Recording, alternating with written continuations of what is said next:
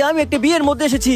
কি আর বলবো, এই মেয়েটাকে তো ছেলের সাথে একটু মানাচ্ছে না। প্লিজ আপনি ওর ব্যাপারে কিছু বলবেন না। So sorry. আচ্ছা মেয়েটাকে আপনার বোন লাগে? এরপর আমি কান্না করতে করতে বললাম, ও তো আমার এক্স গার্লফ্রেন্ড, আমরা 3 বছর একসাথে ছিলাম, টাকা পয়সার লোভে এখন অন্যজনকে বিয়ে করতেছে। চিন্তা করো না, এর পাশেরটা আমার এক্স বয়ফ্রেন্ড। এইটা শুনে তো আমার চোখ কপালে।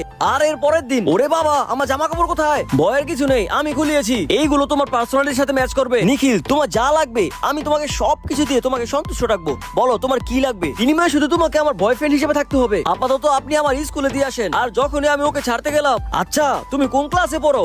আমি হাই স্কুলের স্টুডেন্ট। এরপর আমি ওকে সন্ধ্যাবেলা রিসিভ করতে আসি। এই নাও চাবি, আমরা এখন একটি পার্টিতে যাব, কিন্তু প্রথমে তোমার লুক চেঞ্জ করতে হবে। এরপর ওকে আমি পার্টিতে সবার সাথে পরিচয় করে দিলাম। হ্যালো বন্ধুরা, এই হচ্ছে রাজ, আমার বয়ফ্রেন্ড। জিনি, তোমার বয়ফ্রেন্ড তো মনে হচ্ছে তোমার থেকে বয়সে ছোট।